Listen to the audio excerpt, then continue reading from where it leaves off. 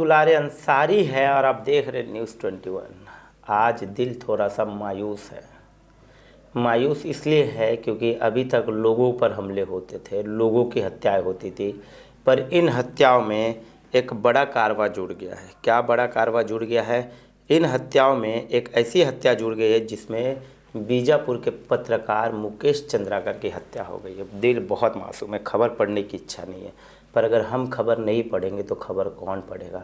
जब खबर पढ़ने वाले ही खबर नहीं पढ़ेंगे तो खबर बनाएगा कौन, पढ़ेगा कौन और देखेगा कौन? क्या पत्रकार आज के स्थिति में सुरक्षित नहीं है? खैर, 1 तारीख से मुकेश चंद्राकर गायब थे। पत्रकार है, अच्छे पत्रकार है, हमेशा सच को उजागर करने का काम किया। इससे पहले भी 4 लोगों पर फर्जी एफआईआर की घटनाएं सुनी हो गई है। एफआईआर तक आदमी थोड़ा सा सह लेता है, अंदर जाता है, बाहर आता है, अपनी कानूनी लड़ाई लड़ता है, पर जब हत्या हो जाएगी तो वो पुनर्जन्म कैसे लेगा, कैसे अपनी लड़ाई लड़ेगा और उसकी लड़ाई कौन लड़ेगा? ये 4 दिन के पेपरों में, 4 दिन के चैनलों में मुकेश चंद्राकर सुर्खियों में रहेंगे और फिर सुर्खियाँ गायब हो जाएगी। फिर वो जैसा जीवन चल रहा है, जैसा न्यूट्रलाइजेशन चल रहा है, वैसा चलेगा। खैर, बता देता हूँ पर उससे पहले विपक्ष क्या कर रहा है? मुझे लगता नहीं है कि सत्ताधारी के पास इस सवाल का जवाब होगा, इसलिए मैंने ये कोशिश नहीं की कि सत्ताधारी को फ़ोन करूं। मैंने कोशिश की कि विपक्ष क्या कहा जाता है। खैर, 5 साल कांग्रेस की भी सरकार थी और 5 साल बीजेपी की भी सरकार रहेगी, और इन सरकार में अब कितने हत्याएं होगी, खैर ये समय बताएगा। देखिए, मैं रवि गवलानी जी को जोड़ रहा हूँ, कांग्रेस के प्रवक्ता है, फ़ोन कर रहा हूँ, देखते हैं वो क्या कुछ कहते हैं। बड़ा बड़ा खबर है ये, और बड़ा दुख, दिल को झंझोड़ देने वाला खबर है। बड़ा खबर है। रवि गौलानी जी, आपका बहुत बहुत स्वागत है न्यूज़ 21 में। खैर, मेरा आज दिल आपका स्वागत करने का नहीं कर रहा है क्योंकि दिल बहुत मायूस है। शायद आपने खबर पढ़ी हो या नहीं पढ़ी हो, क्योंकि बहुत पहले हम लोग ये खबर चला रहे, बहुत सारी चीज़ों की पुष्टि नहीं हुई है। मुझे नहीं लगता है कि आप तक भी वो सार्थक खबर पहुंची होगी, पर एक सार्थक खबर बता दूं आपको कि मुकेश चंद्राकर जी, जो बीजापुर के रिपोर्टर थे, जो पत्रकार थे, उनकी हत्या हो चुकी है, बताया जा रहा है। ऐसे कयास लगाए जा रहे हैं, पुष्टि अभी कुछ नहीं है। पुलिस विभाग से मैंने बात की है तो उन्होंने बोला कि एक आरोपी को हमने पकड़ा है, अभी दूसरे आरोपी की तलाश जारी है, पर उस आरोपी का नाम मत लीजिएगा अभी। क्यों? क्योंकि हम इसको पुष्टि नहीं करते हैं। खैर, ये बड़ा सवाल है। बताइए, एक पत्रकार की हत्या हो जाती है, सेफ्टी टैंक में उसको दफना दिया जाता है, क्या सोचते हैं, क्या कहेंगे कुछ इस बारे में?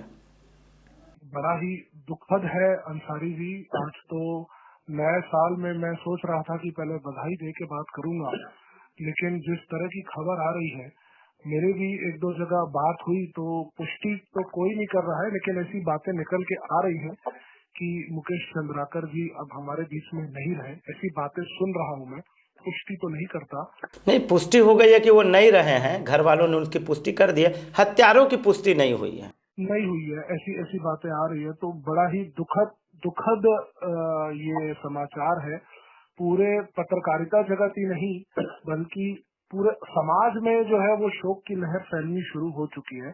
सबसे पहले तो मैं उनको श्रद्धांजलि अर्पित करता हूँ, और जितना मैं उनके बारे में जानता हूँ वो शुरू से ही बीजापुर नक्सली और उधर तरफ उनकी वर्किंग रही थी, और वो सारी बातें अच्छे से निष्पक्ष तरीके से रखते आए हैं। बहुत ही सुलझे हुए एक युवा पत्रकार थे जिनका एक उज्जवल भविष्य था। अगर हमारे प्रदेश में इस तरह की बातें निकल करके आ रही हैं तो मैं समझता हूं कि सरकार को इसमें संज्ञान लेना चाहिए। सरकार को इसमें प्रॉपर और कड़े एक्शन लेने चाहिए कि आखिर इस तरह की चीजें क्यों हो रही हैं। हमारा प्रदेश एक शांति प्रिय प्रदेश है, और उसमें इस तरह की घटना होना कि एक पत्रकार की हत्या हो गई है, इस तरह की बातें निकल करके आ रही है, तो मैं समझता हूँ कि मुख्यमंत्री जी को, गृह मंत्री जी को इस पे बहुत ज्यादा स्ट्रिक्ट एक्शन लेना चाहिए। और पत्रकारों की सुरक्षा, देखिए, हमें दोनों चीजें देखनी है। एक तो बस्तर में रह रहे हमारे आदिवासियों की सुरक्षा, और दूसरा अगर कोई पत्रकार वहां जाके कवरेज कर रहा है और वहां की अगर ग्राउंड रियलिटी को निकाल करके सबके बीच में लेकर के आ रहा है, तो उसकी सुरक्षा भी हमारे लिए उतनी ही प्राथमिक होनी चाहिए कि उसे किसी भी प्रकार की तकलीफ ना हो। तो मैं समझता हूँ कि सरकार को इस मामले को बहुत सीरियसली लेना चाहिए, और अगर कोशिश करे सरकार तो ये आखिरी घटना होनी चाहिए जिसमें पत्रकार के साथ ऐसी चीजें हुई हो, और ऐसा बड़ा संदेश देना चाहिए जिससे आगे इस तरह की घटना हम कभी सुने ही नहीं। रवि जी, पत्रकारिता करना, सच को सामने लाना, किसी को आईना दिखाना क्या गुनाह हो गया है? अब इस बात से हमारा भी दिल सहम गया है, हमारे परिवार भी है, कहीं ना कहीं दिल सहमा सा हुआ है, एक डर सा लगा हुआ है कि अब पत्रकारिता जगत में पत्रकारिता करे तो करे कैसे, और करे कैसे करे, कब करे, कहाँ करे, किसके बारे में लिखे, किसके बारे में नहीं लिखे। हर आदमी किसी न किसी दल से जुड़ा हुआ है, कोई बजरंग दल से जुड़ा हुआ है, कोई बीजेपी से जुड़ा हुआ है, कोई कांग्रेस से जुड़ा हुआ है, कोई आम आदमी से जुड़ा हुआ है, कोई शिवसेना से जुड़ा हुआ है। इनके पास दल, बल, धन तीनों हैं। न पत्रकार के पास दल है, न पत्रकार के पास बल है, और न पत्रकार के पास धन है। तो क्या पत्रकारिता एक गुनाह बन गया है?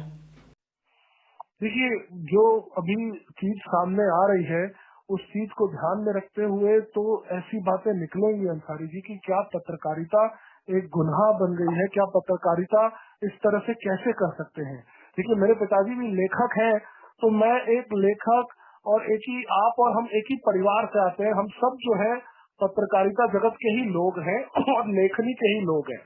जब एक कोई आदमी लिखता है तो वो निष्पक्ष और अपने विचारों को लिखता है जो उसको लगता है कि जनता तक के या पब्लिक तक के जाना चाहिए।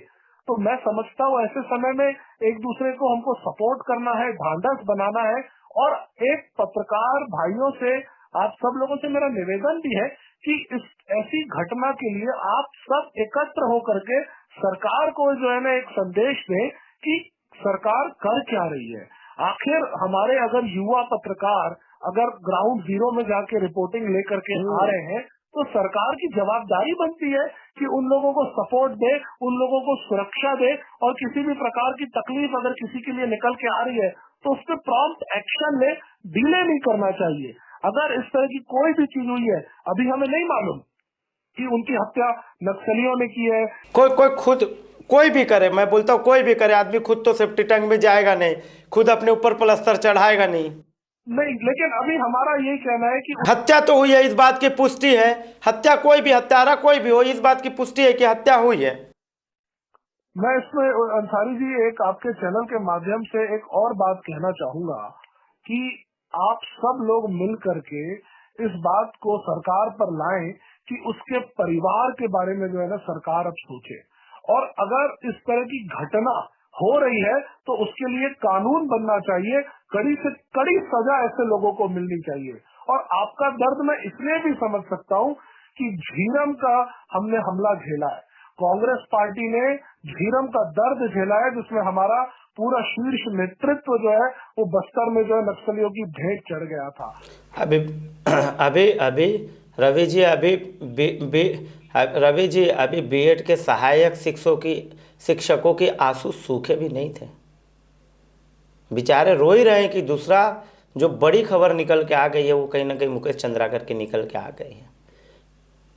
सही कह रहे हैं, अभी सहायक शिक्षक लोग सरकार के पास जा रहे हैं, गुहार लगा रहे हैं कि हमें नौकरी से ना निकाला जाए। मैं एक बात तो कहना चाहूंगा, मैं आज के विषय पे राजनीति बात नहीं, बिल्कुल, मैं आज के विषय पे आप लोगों को राजनीतिक करने के लिए फोन भी नहीं करूँ। मैं चाहता हूँ एक सरल बात हो, एक सादा बात हो। आज आपके बाद मैं एक दो पत्रकारों को भी फोन लगाऊंगा, उनसे भी चर्चाएं करूंगा, जानूंगा कि क्या हुआ, कैसे हुआ, ये सब चीज कैसे घट रही है। प्रदेश, जब छत्तीसगढ़ को एक शांति का टापू कहा जा सकता है, शांति का प्रदेश कहा जा रहा है, इस शांति के प्रदेश में ऐसी हत्याएं, डबल हत्या है, ट्रिपल हत्या है होना, चोरी होना, लूटपाट होना, रेप होना, कहां से इतनी सारी क्राइम को बढ़ावा मिल रहा है, किसके पीछे कौन है? और अचानक से एक पत्रकार की हत्या हो जाती है, एक ऐसे पत्रकार की हत्या हो जाती है जिसने एक ठेकेदार के खिलाफ खबर चलाई, और खबर चलाना ही उसके जीवन का अंतिम और आखिरी कारण बन गया। रवि जी। देखिए, मैं दर्द समझ सकता हूँ अंसारी जी। राजनीति नहीं होनी चाहिए, मैं करना भी नहीं चाहता हूँ, लेकिन एक बात मैं जरूर कहना चाहूंगा कि सरकार को, हमारे प्रदेश की गृह मंत्रालय को और जो देश के जो लोग हैं जो संभाल रहे हैं, सुरक्षा देख रहे हैं, देश का गृह मंत्रालय, इन सबको इस बात को संज्ञान में लेना चाहिए और इसके ऊपर क्या एक्शन लिया जा सकता है वो एक्शन लेना चाहिए। एक पत्रकार हमारे देश का चौथा स्तंभ होता है। आज अगर देश हमारा टिका हुआ है तो वो निष्पक्ष पत्रकारिता के दम पर ही टिका हुआ है। अगर निष्पक्ष पत्रकारिता नहीं पर रहेगी देख रहे तो हैं हमारी जनता जो है पर ना, उसको समझ में ही नहीं आएगा कि कौन क्या कर रहा है। मैं पर देख रहे आपके हैं पत्रकारिता को सैल्यूट करता हूँ कि आप लोग बगैर डर के, बगैर किसी चीज के जो है ना, ग्राउंड जीरो में इंटीरियर लेवल पे जाते हैं और अपना काम करते हैं। मैं आपके पूरे हर व्यक्ति को सलाम कर रहा हूँ, मैं आप सब लोगों को प्रणाम कर रहा हूँ। इस बात को सरकारों को समझना चाहिए, सुरक्षा देनी चाहिए। और किसी भी प्रकार की मैं राजनीति नहीं करना चाहूंगा, लेकिन अगर मुख्यमंत्री जी, गृह मंत्री जी और उनके विभाग से चूक हुई है तो इसके ऊपर कड़ा एक्शन लेने का वक्त है। और आप सब लोगों से मेरा निवेदन भी है कि इस बात को राष्ट्रीय स्तर पर आप लोग लेकर के आए, क्योंकि ये छोटी बात नहीं है। एक तरफ सरकार नहीं, मैं कहती तो है खबर उठाऊंगा, मैं जितना जितना लड़ लड़ सकता हूँ सकता हूँ रवि। रवि जी, मैं उतनी कोशिश करूंगा लड़ाई करने की। मैं जितना इस खबर को चला सकता हूँ मैं कोशिश करूंगा इस खबर को चलाने की। शायद मैं भी कल रहूं ना रहूं, मेरी भी हत्या हो जाए, ये अलग बात है। पर जब तक जिंदा हूं और जब तक सांसों में सांस है तब तक मैं पत्रकारों की हक की आवाज़ उठाऊंगा, लड़ाई करने की कोशिश करूंगा। भले मैं जीत सकूं ना सकूं, ये विषय एक अलग है, पर लड़ना ये विषय है मेरा अब। मैं अंसारी जी आपकी इन भावनाओं को समझ सकता हूँ, लेकिन आपके साथ ऐसा कुछ नहीं होगा, ऐसी मुझे पूर्ण विश्वास है। और आपका जज्बा मैं समझ रहा हूँ, आपका दुख समझ रहा हूँ कि एक पत्रकार के साथ जो हुआ है, जो उनको मार दिया गया है, तो पूरे पत्रकार जगत में शोक की लहर आ गई है और हर व्यक्ति, अभी मैं समझ रहा हूँ, इसी विषय पे ही बात कर रहा होगा। तो ये समय सबको एकत्र करने का है, ये समय अपनी शक्तियों को मिला करके ताकत से बात रखने का समय है। क्योंकि अगर कोई घटना हो रही है और अगर सरकार इसमें चुप रहेगी या इसमें गृह मंत्रालय मौन रहेगा, तो अगर आप सब लोग और हम सब लोग अगर इकट्ठा हो जाएंगे तो मैं नहीं समझता कि कोई व्यक्ति इसके ऊपर शांत रह पाएगा। उनको एक्शन लेना ही पड़ेगा और इस तरह के कानून भी मैं समझता हूँ बनाने चाहिए, संसद में हो या विधानसभा के पटल पर हो। ऐसी बातें आनी चाहिए कि अगर कोई निष्पक्ष पत्रकारिता कर रहा है तो उसको प्रोटेक्शन मिलनी चाहिए, ताकि बिल्कुल कोई भी बिल्कुल पार्टी उसके ऊपर जो है दबाव न डाल सके। बिल्कुल, इस खबर को मैं उठाते रहूँगा। आपका जुड़ने के लिए बहुत बहुत शुक्रिया। मुझे और भी पत्रकारों से बात करनी, इसलिए समय की अवधि के वजह से मैं थोड़ा सा आपसे उतनी चर्चा नहीं कर पा रहा हूँ रवि जी, जितनी चर्चा करनी चाहिए। पर मैं कल फिर आपसे एक बार ये चर्चा करूँगा, क्योंकि क्या अपडेट आया, क्या बड़ी खबर आई है। और आप मेरे साथ रहिएगा रवि जी, कल भी मैं आपसे चर्चा करूँगा। ठीक है, बहुत बहुत शुक्रिया, बहुत बहुत शुक्रिया रवि जी। मैं अखिलेश को भी फ़ोन लगाऊंगा और अखिलेश से चर्चा करूंगा कि क्या कुछ चल रहा है पत्रकारिता जगत में। क्या वो भी एक निडर पत्रकार है, कुछ भी बोल देते हैं, कुछ भी सवाल पूछ लेते हैं, तो अखिलेश जी क्या कुछ सोचते हैं, ये भी एक अहम हो जाता है। खैर, मैंने अखिलेश को फ़ोन लगाया है, अब अखिलेश फ़ोन उठाते हैं तो बात हो जाएगी मेरी उनसे। रिंग जा रही है। हाँ, बड़ा घटना है ये।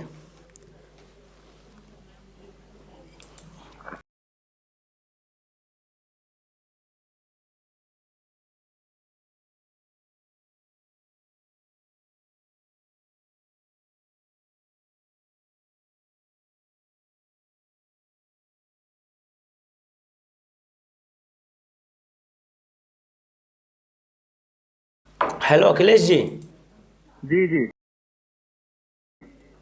खबर सुनी? हाँ, खबर सुन लिया। मुकेश चंद्राकर जी की हत्या हो गई है। कहा जा रहा है कि सेफ्टी टैंक में दफना दिया गया था।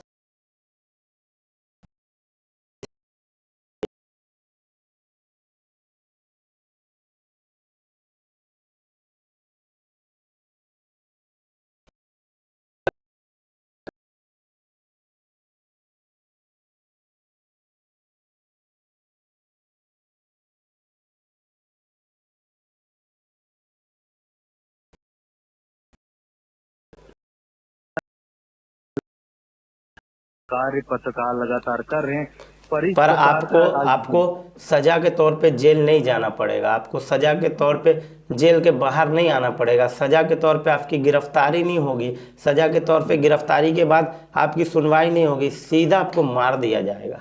ये घटना ये बताता है अखिलेश कि किस तरीके से घटना घटी है। दिल सहमा सा हुआ है अखिलेश, दिल रो रहा है। हाँ, क्या जी लग रहा है? आपको जी अंकल जी, मैं आपको बता दूं कि राजधानी रायपुर में भी ऐसी नए साल में 3 मर्डर हुए हैं। उसके बाद डीएड कभी आंसू थवे नहीं, उसके पहले ही यहाँ मंत्रालय से भी लोगों को हटा दिए गए। और आज जो सबसे बड़ी खबर निकल कर आ रही है, बीजापुर के पत्रकार मुकेश चंद्राकर की हत्या कर दी गई है। ये हत्या लगातार सरकार बीजेपी के बनने के बाद ये सवाल बन रहा है, आखिर की लगातार इतनी हत्याएं क्यों हो रही, आखिर सरकार रोकने में लगाम क्यों नहीं कस रही है। लगातार खबर ठीक बोल रहा पत्रकार है। उठा रहे हैं, खबर लगातार बना रहे हैं, पर सरकार के नाक के नीचे जू नहीं चल पा रही और सरकार नाकाम होते नजर दिख रही है, क्योंकि इस पत्रकार का खुलेआम दिन दहाड़े हत्या हो जाना, सेफ्टी टैंक में उसको अंदर डाल देना, ये बहुत बड़ी बात बनती है। अब इस बात के लिए क्या पत्रकार एक रहेंगे, क्या रहेंगे? क्या खबर आ रही है बीजापुर से निकल के कि अब पत्रकार मारपीट पे तो पत्रकार बड़ी धरना कर देते हैं। अब ये हत्या का मामला सामने आया है, बड़ी हत्या का मामला सामने आया है, निर्मम हत्या कह सकते हैं कि उसको आदमी को जरा सी ऐसी भी महसूस नहीं हुई, उसने दफना दिया उनको और सेप्टिक टैंक के अंदर डाल दिया। बड़ा दिल दहलाने वाली घटना ये है। जी ये तो दिल दहला देने वाली खबर जो आई रही है, लगातार पत्रकार मौन हो चुके हैं, उनके पास शब्द नहीं, कलम जागे चलने के लिए उनकी पेट में ताकत नहीं रह गई है। पर सरकार जो सोई हुई है, इस सरकार को मैं बोलना चाहूंगा कि पहली बात तो इस प्रकार के जो ठेकेदार हैं, इन पर तो जरूर सरकार का बड़ा एक्शन होना चाहिए और ऐसे पत्रकारों को एक सबसे बड़ा सीख और सबक सीख लेना चाहिए कि पत्रकार में एकता नहीं होगी तब तक किसी प्रकार की ये हत्याएं लगातार जारी रहेगी। पत्रकार की बात सरकार करती है, पत्रकारों के लिए कानून लेके आने की बात करती है, कभी पर नहीं आएगा, पत्रकारों कभी नहीं के आएगा, व्यक्तित्व कभी नहीं खोखला आएगा। साबित। पत्रकारों को लेकर के कांग्रेस में भी ये बात कही गई कि हम पत्रकार सुरक्षा कानून लाएंगे।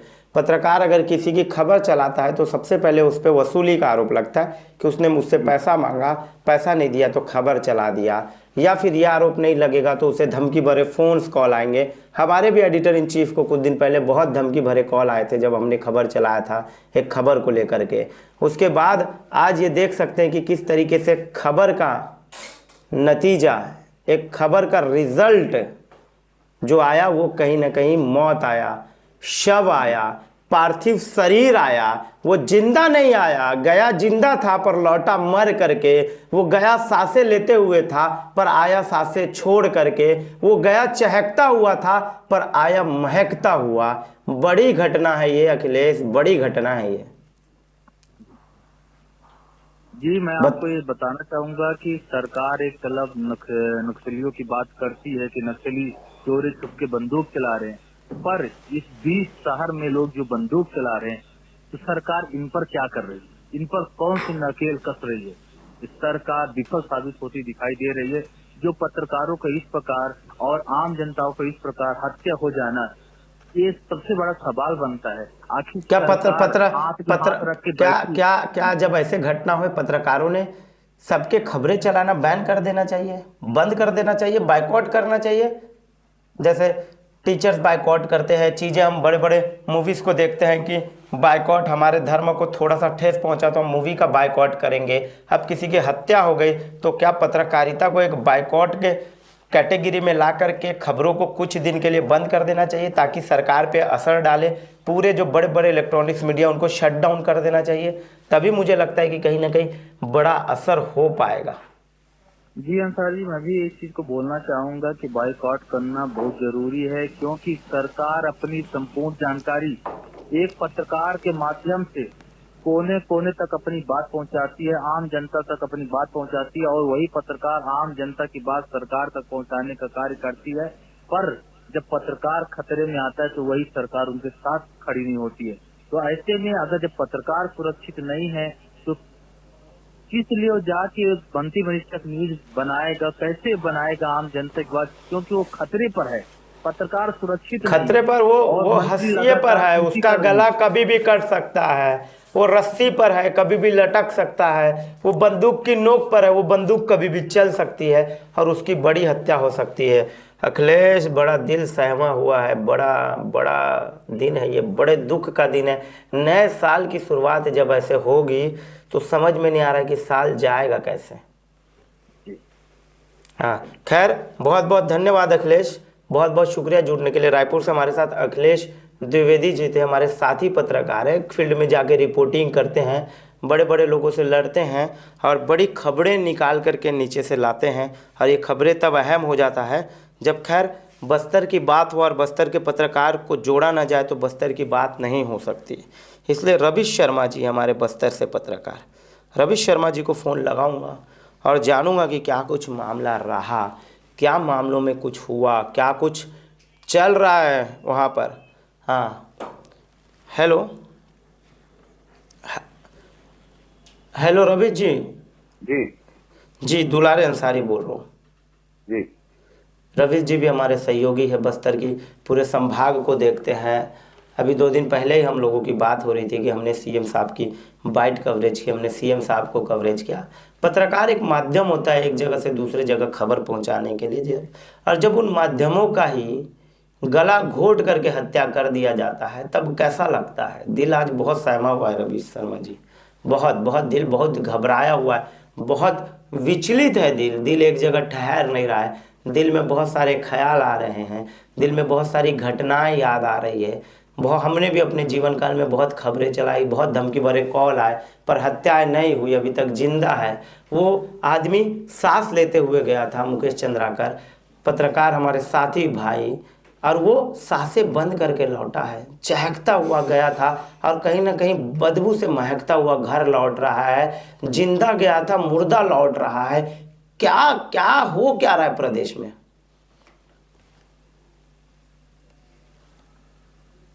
हेलो हेलो जी, बोलिए, आवाज आ रही है मेरी। जी जी जी जी बोलिए रवि जी। जी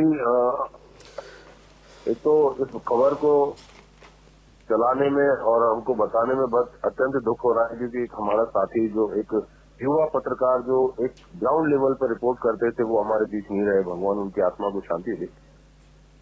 एक बार फिर पत्रकार भ्रष्टाचार की भेंट चढ़ी गया है, क्योंकि आप देख रहे हैं छत्तीसगढ़ के बस्तर अंचल में पत्रकारिता करने वाले प्रसिद्ध यूट्यूबर मुकेश चंद्राकर जी की लाश जो है आज 1 तारीख की गायब गुमशुदगी के बाद आज सब्जी टैंक में पाई गई जाना बताया गया है। पत्रकार मुकेश चंद्राकर की हत्या उनकी लाश सेप्टी टैंक में छुपाई गई थी। ये सनसनीखेज खुलासा जो है आज हुआ है और बीजापुर पुलिस इस मामले में जांच तेजी की और आज अहम सुराग मिले, जिसके बाद पुलिस ने बीजापुर के एक ठेकेदार के सेप्टी टैंक की खुदाई करवाई जा रही है, जहां मुकेश चंद्राकर की लाश बरामद हुई है। प्रारंभिक जांच में यह अंदेशा जताया जा रहा है कि सड़क निर्माण में भ्रष्टाचार को लेकर ठेकेदार के साथ मुकेश भाई का जो है विवाद हुआ था और इसी विवाद में उनकी हत्या कर दी गई। फिलहाल बीजापुर पुलिस इस मामले में अधिक जानकारी नहीं दे पा रही है। मुकेश चंद्राकर बस्तर नक्सलवाद से जुड़ी जो है घटनाओं की रिपोर्टिंग करते थे। वह बस्तर जंक्शन के नाम से यूट्यूब चैनल के भी मालिक थे, जो बस्तर चैनल को जंक्शन को चलाते थे। बस्तर के मुद्दों को और नक्सली गतिविधियों को लगातार उजागर करने के लिए वो ये अच्छा काम करते थे। यह नक्सलियों के बीच होने वाली बैठकों, जन अदालतों की रिपोर्टिंग करते थे और उनके यूट्यूब पर खूब जो है उनको प्रशंसा की जाती थी, उनको देखा जाता था। और सर अभी सबका पंचनामा फॉरेंसिक जांच जारी है। प्रकरण के संबंध में कई जो संदिग्ध है बीजापुर पुलिस की पूछताछ जारी है। जी अंसारी जी। देखिए, जब ऐसी घटनाएं सामने आती है तो पत्रकार पत्रकारिता कैसे करें। जो नए युवा जो पत्रकारिता करके फील्ड में आ रहे हैं, जो ये चाहते हैं कि हम एक नया कैरियर है हमारे लिए, एक नई चीज़ें हमारे लिए, हम देश के लिए, जैसे लोग फौज में लोग सीमा पे लड़ते हैं, कहीं ना कहीं पत्रकार सीमा पे तो नहीं जाता है पर उन सभी मुद्दों के लिए लड़ाई करता है, भ्रष्टाचार के खिलाफ लड़ता है, जनता लड़े ना लड़े पर एक पत्रकार लड़ता है। एक पत्रकार अपनी खोज से, अपनी समझ बूझ से वो चीज़ लेकर के आता है और लोगों को बताता है कि इस जगह भ्रष्टाचार हुआ है। और जब पत्रकारी सुरक्षित नहीं है तो क्या लगता है कि आम आदमी सुरक्षित है इस प्रदेश में? सुरक्षिता की जब हम बात करते हैं तो मैंने क्या कहा कि कहीं ना कहीं हम भ्रष्टाचार की भेंट ही करे। हमारे जो मित्र हैं जो रही रहे हमारे बीच, वो भ्रष्टाचार को उजागर करने के लिए ही एक युवा और दमदार पत्रकार ही अपने दायित्वों को पूर्ण करता है। अब पत्रकार ही सुरक्षित नहीं होगा तो आम जनता के मुद्दों को उठाने वाला ही सुरक्षित नहीं होगा। आम से लेकर के एक ऐसी घटना है जहां पर जाना किसी के लिए संभव नहीं होता है, जान जोखिम में डाल के जाने वाला पत्रकार आज सुरक्षित नहीं है। पत्रकार के उस भाव को देखिए कि वो वहां पर कैसी स्थितियों में काम करते हैं, किस स्थितियों में वो रहते हैं। और उनको ऐसा नहीं है कि पत्रकार जो है कभी अपनी रिपोर्टिंग को लेकर के थोड़ी भी त्रुटि रखता होगा। अगर वो पत्रकार है और पत्रकार ईमानदारी से पत्रकारिता करने पर ये नतीजा हासिल होता है कि उसकी हत्या ही हो जाती है। ये विचार बहुत अत्यधिक हमारी पत्रकार जगत में एक विचारणीय चीज है। इसको एकजुट होकर के हमको या भ्रष्टाचार एक होंगे पत्रकार में कहीं ना कहीं अलग अलग चीज़ों में बटे हुए हैं, अलग अलग भागों में बटे हुए हैं। कुछ नेताओं के तरफ बटे हुए हैं, कुछ विपक्ष के नेताओं के तरफ बटे हुए हैं, और कुछ कहीं ना कहीं, मैं पत्रकारों पे सवाल नहीं उठा रहा हूँ या पत्रकारिता पे सवाल नहीं उठा रहा हूँ, मैं अपनी एक बात कह रहा हूँ। तो इसमें क्या लगता है कि लोग ये मुकेश चंद्राकर के, पत्रकार मुकेश चंद्राकर हमारे छोटे बड़े भाई के लिए एक होंगे? ये मौत देखकर एक होंगे, उनकी शव देखकर एक होंगे? क्या एक मंच पर आएंगे? क्या एक छत के नीचे आएंगे? अब देखने वाली बात यही होगी कि आज बताया ना, तो मैं पहले भी आपको अवगत कराया हूँ कि जब पत्रकार ही सुरक्षित नहीं है तो आम जनता को रूबरू कराने की कोई बात ही नहीं होगी। क्योंकि आज अगर हम एकजुट होकर के इस पे बात नहीं किए, एकजुट होकर इसके ऊपर निर्णय नहीं लिए, एकजुट होकर के शासन व प्रशासन वर्तमान में जो पदस्थ है, कार्यरत है, उनके ऊपर ऐसा नहीं अब दबाव डाल पाए तो ये चलता रहेगा। कल आपका नंबर होगा तो परसों मेरा नंबर होगा। इस तरीके से यहाँ पर सुरक्षितता को लेकर के बिल्कुल सवालिया निशान है। और अब पत्रकार जगत में जिस तरीके से ये लहर दौड़ रही है और ये खबर जहाँ तक जा रही है, दूर दूर तक जा रही है, वहीं पे लोग अब जो है इसको लेकर के संदिग्ध में हो रहे हैं। मेरी इस खबर को बोलने के बाद मुझे भी नहीं लगता कि अगर मैं किसी आदमी का, किसी व्यक्ति विशेष का वहाँ पे खुलासा करने के लिए एक नाम भी ले दूं तो अगला दिन अगला नाम मेरा भी हो, तो ये बड़ा विचारणीय है। इसमें हमको सबको एकजुट कैसे होंगे, आज तक कैसे चलता आया है और आगे कैसे चलेगा, इस पे विचार की संभावनाएं बनती है कि इस पे विचार बहुत अहम मुद्दा है। मैं जल्दी हो सकता है बस्तर का दौरा करूंगा और लोगों से मुलाकात करके जानने की कोशिश करूंगा कि क्या कुछ चल रहा है। ठीक है रवीश जी, बहुत बहुत शुक्रिया आपका हमारे साथ टेलीफोनिकली जुड़ने के लिए, और आपने बहुत अच्छी जानकारी हमारे साथ साझा की, बहुत बहुत शुक्रिया। हाँ, देख सकते हैं कि किस तरीके से पत्रकारों पे हत्या है। पत्रकार कैसा है, बड़ा सवाल उठता है। पत्रकार ऐसा है कि नेताओं की बाइट लेने के लिए नेताओं के पीछे दौड़ता है। पत्रकार कैसा है? पत्रकार ऐसा है कि लोगों के लिए अपनी जान दांव पर लगा देता है। पत्रकार कैसा है? पत्रकार ऐसा है कि बारिश हो, तूफान हो, वो एक बाइट के लिए, एक विजुअल के लिए, एक खबर बनाने के लिए अपने घर से चला जाता है। पत्रकार कैसा है? पत्रकार ऐसा है कि रात के 2 बजे भी उसे लगता है कि दिन के 2 बजे हैं और वो खबर मेरे लिए अच्छी है, वो खबर ब्रेकिंग है, वो चैनल पे चलनी चाहिए। जो बड़े बड़े चैनल देखते होंगे, जो बड़े बड़े चैनलों में एंकर देखते होंगे, वो कहीं ना कहीं उन पत्रकारों के दम पे खड़े होते हैं जो ग्राउंड में जाते हैं, जो ज़ीरो रिपोर्टिंग करते हैं और जीरो के ग्राउंड से वो यहाँ तक अपनी खबर को लेकर के आते हैं। पत्रकार कैसा है? पत्रकार बहुत मासूम है। पत्रकार कैसा है? पत्रकार निष्पक्ष है। पत्रकार कैसा है? पत्रकार ऐसा है कि अपनी जान जोखिम में डाल देता है। पत्रकार कैसा है? पत्रकार ऐसा है कि एक जगह की घटना दूसरे जगह तक पहुंचाता है, बिना डरे, बिना सोचे, बिना समझे, बिना अपनी जान की परवाह किए। मुकेश चंद्राकर की हत्या के बाद क्या पत्रकारों में वो एकता आएगी जिस एकता की नज़र गड़ाए, जिस एकता को देखने के लिए न जाने कितने लोग बैठे हैं कि हम पत्रकार एक कब होंगे। मैं भी ये पूछ लेता हूँ कि हम पत्रकार, आप पत्रकार, मैं पत्रकार, तुम पत्रकार कब एक होंगे, और एक होंगे तो कब तक एक होंगे। और क्या इसी तरीके से कभी मुकेश चंद्राकर की बारी होगी, कभी किसी और की बारी होगी, कभी मेरी बारी होगी, कभी आपकी बारी होगी। बड़े बड़े लोग आएंगे, 2 सेकंड, 10 सेकंड, 20 सेकंड, 2 मिनट का एक विनम्र श्रद्धांजलि दे देंगे, बोलेंगे कि मुझे बहुत दुख हो रहा है, बोलेंगे कि मेरी संवेदनाएं आपके साथ है। न जाने क्या क्या शब्दों का पहाड़ लेकर के आएंगे, घर वालों के सर पे डाल देंगे और डाल करके उन्हें एक अच्छी सी सांत्वना दे देंगे और बताएंगे कि ये बहुत दुखद समाचार है। पर क्या ये बोलने से ये दुखद समाचार दुखद होगा, या न बोलने के बजाय पत्रकारों के लिए सुरक्षा कानून लाया जाए, पत्रकारों के लिए अच्छी व्यवस्था मुहिम कराई जाए, मुहैया कराई जाए। पत्रकारों के लिए जो दूरांचल में, जो नक्सलियों में, जो नक्सली क्षेत्र है उसमें पत्रकारिता करते हैं, उनके लिए फोर्स की, उनकी सिक्योरिटी की, उनके प्रोटेक्शन की जिम्मेदारी क्या बड़े बड़े नेता देंगे, या सिर्फ़ और सिर्फ बड़े बड़े वादों का, बड़े बड़े बातों का एक बड़ा सा पहाड़ बना करके ला करके घर वालों के सामने रख देंगे और कहेंगे कि मैं आपके साथ हूँ। कब तक साथ हूँ? तब तक साथ हूँ जब तक ये खबर खबरों में है, और ये खबर नहीं रहेगा तो कौन किसके साथ रहेगा। खैर, पत्रकारिता जगत को एक बड़ी क्षति पहुंची है, खैर छत्तीसगढ़ को बड़ी क्षति पहुंची है, बस्तर के पत्रकारों को बहुत क्षति पहुंची है।